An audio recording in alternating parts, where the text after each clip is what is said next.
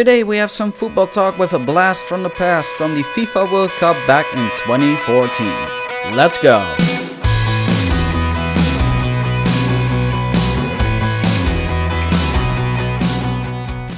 Hi there, Spectre here and welcome back to Aircraft Model Reviews, and today we are taking a look at a Herpa Wings Lufthansa A340-600 with the Fanhansa Livery, which just came in here at Review Airport from Frankfurt. It's been guided into the standby to follow me, ground equipment is standing by, and after it has been offloaded it will be repositioned to Munich to operate flights from there. But for now we have plenty of time to take a look at this one up close. Alright, and here she is up close, the Lufthansa A340-600 in the Fanhansa Livery, which was a small adaptation to their regular livery to cheer for the German soccer team for the FIFA World Cup back in 2014, which they eventually won, of course. But anyway, without further ado, when we start at the front, we can see that the cockpit windows are very nicely detailed and we have the window wipers included, but that's about it for the cockpit section. Then when we move on to the side, underneath the cockpit windows we have the Lufthansa branding, and next to the cockpit windows we have the Star Alliance logo, of which Lufthansa is a founding member.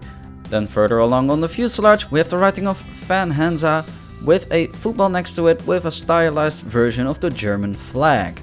Then underneath the passenger windows we have the writing of Lufthansa, we have the aircraft type specification and the name of the aircraft, which in this case is Gummersbach. Now when we go to the engines, of which the A340 has 4, they've been given this dark grey color of the belly, which is a very nice contrast to the otherwise white fuselage.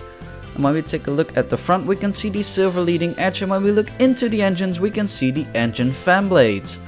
And then for the backside of the engines, I think they're quite nicely detailed as well, and here we can also take a quick look at the main landing gear, which also looks rather decent.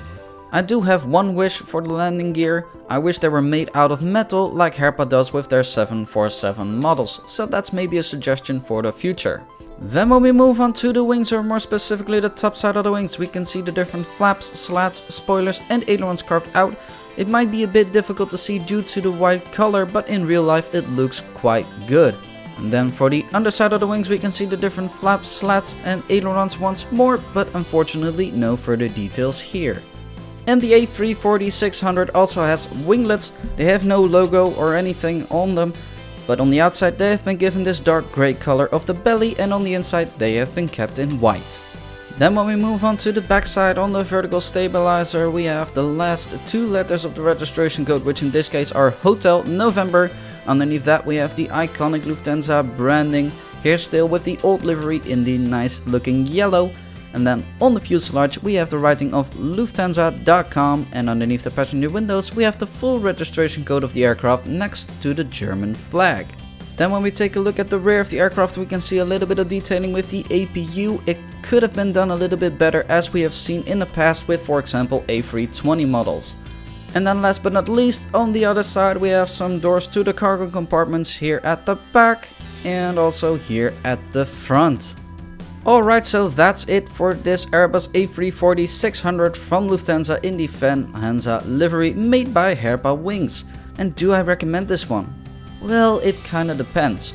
I only bought this model back in the day because I really wanted the Lufthansa A340-600, and this was the only thing available at the time. And if you are an A340 fan, then this is definitely a model for you. However, if you're not a fan of the Fanhansa adaptation, then this one might not be for you.